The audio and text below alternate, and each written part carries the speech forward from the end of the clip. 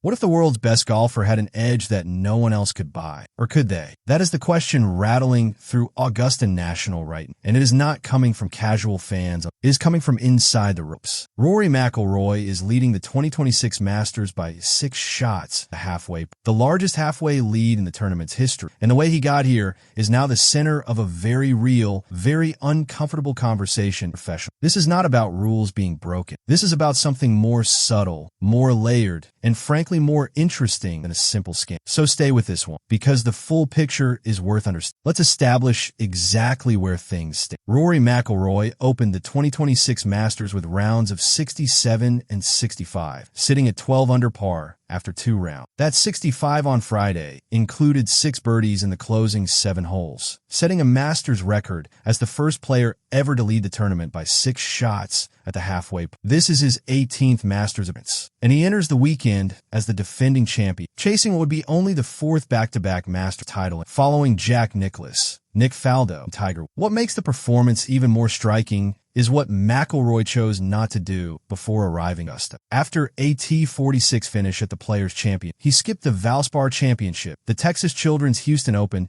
and the Valero Texas Open, 3 consecutive PGA Tour events that most contenders use as competitive tune-ups heading in first major of the year. The golf world assumed he was conserving energy after a back injury that forced him out of the Arnold Palmer Invitational. As it turned out, the reality was something far more deliberate. On Friday evening, after signing his record-setting scorecard, McIlroy sat down with the media and delivered a statement that has since ignited the debate. He did not just rest during those 3 weeks away from tour events. He was at Augusta National repeatedly. "I honestly just don't like the 3 tournaments leading up to this event," McIlroy said. "I'd rather come up here. I did a couple of days where I dropped Poppy to school, flew up here, played, landed back home, and had dinner with her, or had dinner with Erica probably. I did a couple of day trips like that where I felt it was a better use of my time than going to Houston or San Antonio. The logistics alone tell a story." McIlroy lives in Jupiter, Florida, and thanks to his private jet, the round trip to Augusta became routine. He confirmed he was at the course on Monday and Tuesday of the week before tournament, then again on the Sunday, Monday, Tuesday, and Wednesday of tournament week itself, plus at least 1 day the week prior. In his own words, "I've been on this golf course so much the last 3 weeks." Crucially, this was not simply a matter of playing. McIlroy described a comprehensive approach, a combination of practice and chipping, putting around greens, and then just playing one ball and shooting scores and ending up in weird places that you maybe never find yourself as trying to figure it out. He was stress testing the course, manufacturing difficult situations, and building a mental map of Augusta at a depth most competitors simply do not have entering tournaments. To understand why this matters, you need to understand what Augusta National actually demands from. This is not a standard PGA Tour venue. The greens at Augusta are among the fastest and most complex in professional golf. The slopes, the subtle breaks, the way the ball releases off the putting surface, these are things that cannot be simulated anywhere else. On the course management at Augusta is as much about what you avoid as what you attack, and that knowledge only comes from repetition on the actual course. McIlroy himself has spoken about the mental shift this familiarity produced. "I think I've known that for a while. Even going back to my first year here in 2009,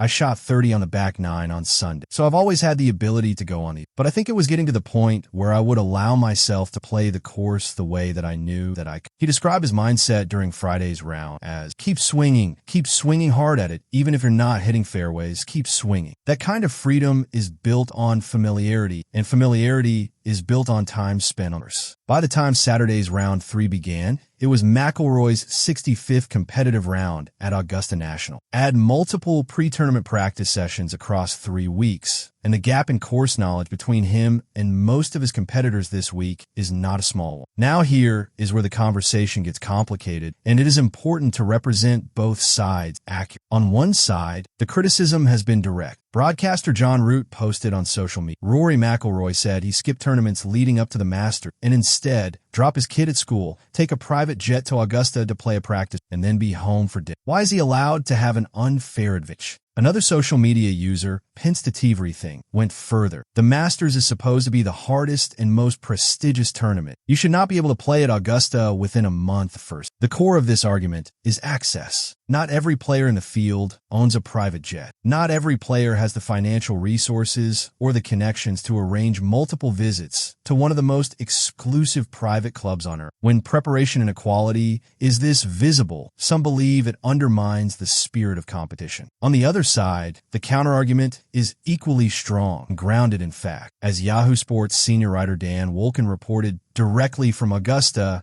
every player in the Masters field is permitted to arrange practice rounds at Augusta National before tournament. This is not a privilege exclusive to McIlroy. Any invitee can visit the course twice or more if arrangements are made through a member. The access exists for everyone. Not every player chooses to use it. Scottie Scheffler is the clearest example. Before winning his first green jacket in 2023, he did not take a scouting trip at all. The following year he did, and finished in a tie for preparation at Augusta is as much art as science. Wolken made a broader point that is hard to dismiss. For athletes at McIlroy's level, nearly everything they do comes with some type of advantage. Owning a private jet and avoiding travel issues is an advantage over those who have to fly. Being able to spend more money than his competitors on physical recovery or having access to better technology is an advantage. The pre-tournament access question is real, but it exists within a much larger ecosystem of resource disparity in elite sport. This debate extends well beyond Rory McIlroy and the 2026 Masters. The tension between tradition,